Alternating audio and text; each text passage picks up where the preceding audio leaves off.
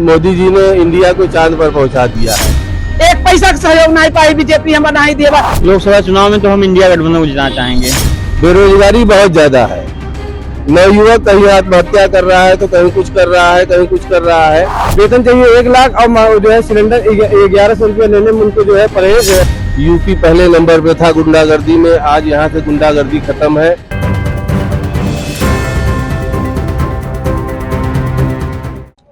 नमस्कार, मैं हूँ आपके साथ सली केसरी। आप देख रहे हैं भैया जी गजब। इस समय प्रयागराज मेजा सिरसा में मौजूद हूँ।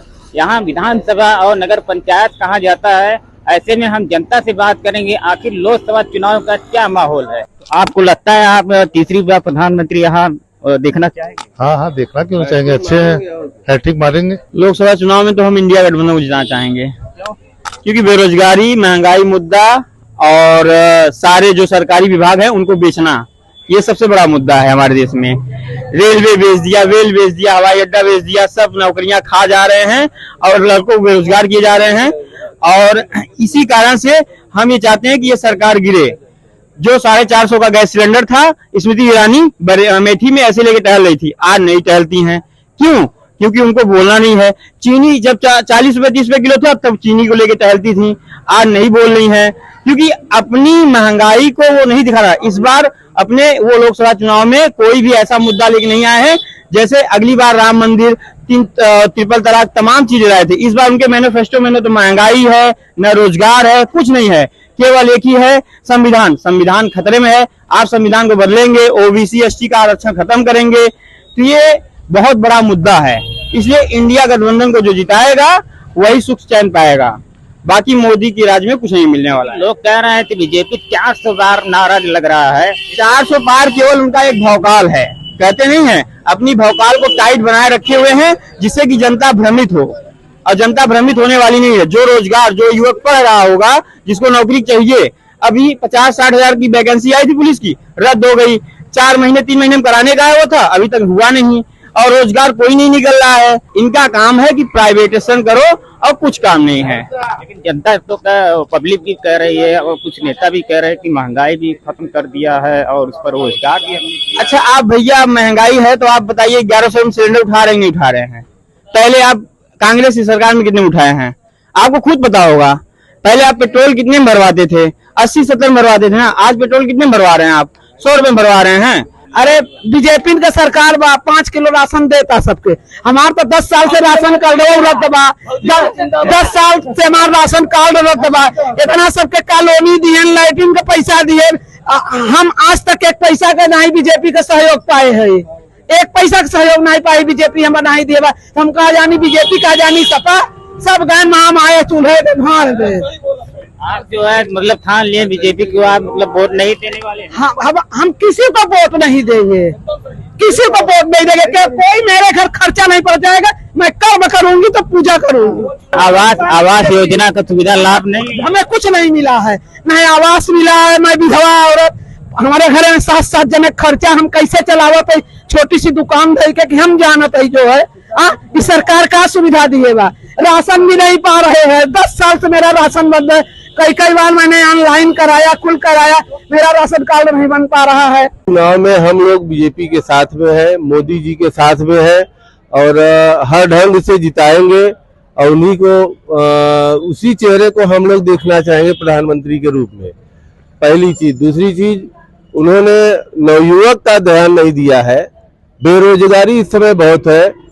ये ऑनलाइन वाले जो है फैल गए हैं, व्यापार बिल्कुल मर चुका है।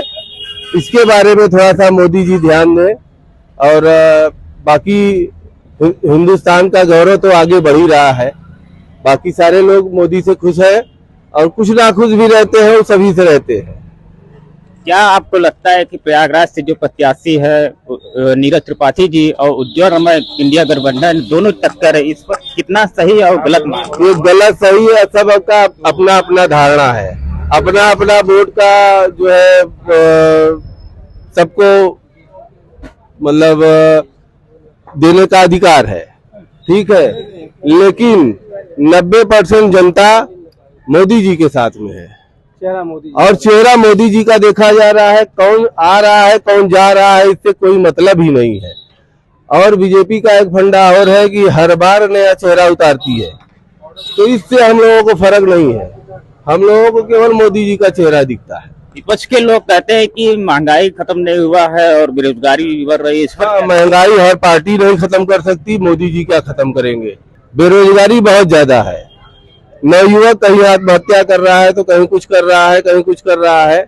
इस पे अगर ध्यान नहीं दिया जाएगा तो बहुत आने वाले समय में बहुत खराब स्थिति हो जाएगी हिंदुस्तान की। मोदी जी ने इंडिया को चांद पर पहुंचा दिया है और इससे सारे लोग खुश हैं।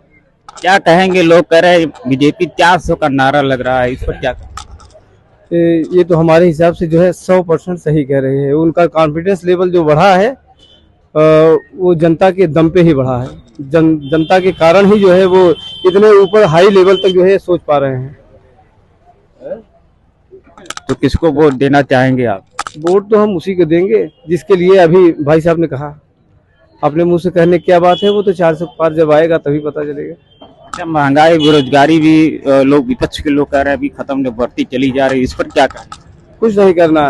जब अगर नौकरी पेशा आदमी पढ़ता जो है प्राइवेट स्कूल में है, सरकारी में पढ़ेगा, सरकारी का भत्ता लेगा, सरकारी की महंगाई लेगा और जो है नौकरी करना चाहेगा प्राइवेट में, वेतन चाहिए, फीस देगा जो है प्राइवेट एकदम कम से कम मिनिमम फीस देना चाहेगा और पढ़ के जो है हाई लेवल पे जाएगा और तनख्वाह उठाएगा सरकारी वेतन का। उनको नौकरी चाहिए सरकारी, अपने बच्चों को पढ़ाएंगे सरकारी में नहीं। वो 1 लाख रुपया वेतन लेंगे, वेतन चाहिए 1 लाख और जो है सिलेंडर 1100 रुपया लेने में उनको जो है परहेज है अगर, तो ये महंगाई नहीं है। मुद्दा सिर्फ ये होना चाहिए कि जो बच्चे पढ़ के जा रहे हैं, ओवर एजेज हो जा रहे हैं, ये इनको ये बचाना चाहिए। ये इसके लिए बाद में जो है कहीं ऐसा न हो कि हमारा वोट हमारे लिए अभिशाप हो जाए, इसके लिए ये सोचने तो ज्यादा बढ़िया है। हाँ, लोकसभा चुनाव का माहौल बहुत अच्छा चल रहा है। हम लोग तो मोदी जी के साथ हैं, मोदी जी के साथ रहेंगे। सारे अच्छे काम है, अच्छा भैया चलेगा। नहीं, रोड की बात ले लीजिए आप, और गुंडागर्दी की बात ले लीजिए। यूपी पहले नंबर पे था गुंडागर्दी में, आज यहाँ से गुंडागर्दी खत्म है। महिलाएं हो या पुरुष हो, 11 बजे रात हो या 2 बजे रात हो, चाहे जब जहाँ जाना हो आना हो, कोई यहाँ पे परेशानी नहीं है। ये चीज है। और जैसा भाई साहब ने अभी शिक्षा के ऊपर कहा, ये चीजें धीरे धीरे बदल रही हैं। पहले लोग ज्यादातर प्राइवेट स्कूलों को मान्यता देते थे, अब धीरे धीरे बदल रहे हैं, फिर वही समा आ रहा है।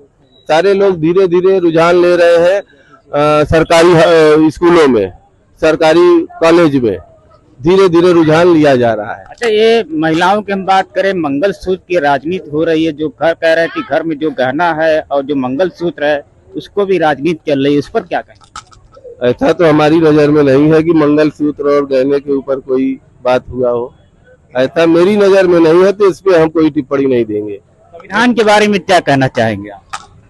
संविधान के बारे में क्या कहें, जो बनेगा वो स्वीकार करना पड़ेगा, उसके बारे में क्या कहना हम। आप उसमें क्या कर सकते हैं? संविधान कह रहे हैं संविधान खतरे में है, आरक्षण खत्म हो जाए। संविधान खतरे में नहीं है, ये दिमाग से निकाल दे लोग। संविधान जिस सुरक्षित आदमी के हाथ में है, उससे जो है खतरा नहीं है। खतरा होता तो इतना उनको लोग लाइक न करते। सुधार की संभावना 100% तक रखती है। जीवन पर्यंत आपका जीवन, आने वाला जीवन बढ़ता जाएगा और सुधार होता जाएगा। सुधार सिर्फ जो है, चाहे जितना सुधार हुआ हो उसमें भी सुधार की संभावना होती है। संविधान जैसे भी बना है, जिसने भी बनाया है, उसमें भी सुधार की संभावना हमेशा रहेगी, इसमें नो डाउट। ये कहने की जो है कि खतरे में है, ऐसा नहीं है। उसको और सुधार होने की संभावना बनी रहेगी, चाहे जितना ब्रिलियंट जो है लोग वहाँ संसद से जो है पार्लियामेंट तक जो है लोग बैठे, और सुधार की संभावना होती रहेगी। आने वाला पीढ़ी भी जब पढ़ के आगे जाएगा तो वो भी और अच्छे से सुधार कर सकेगा।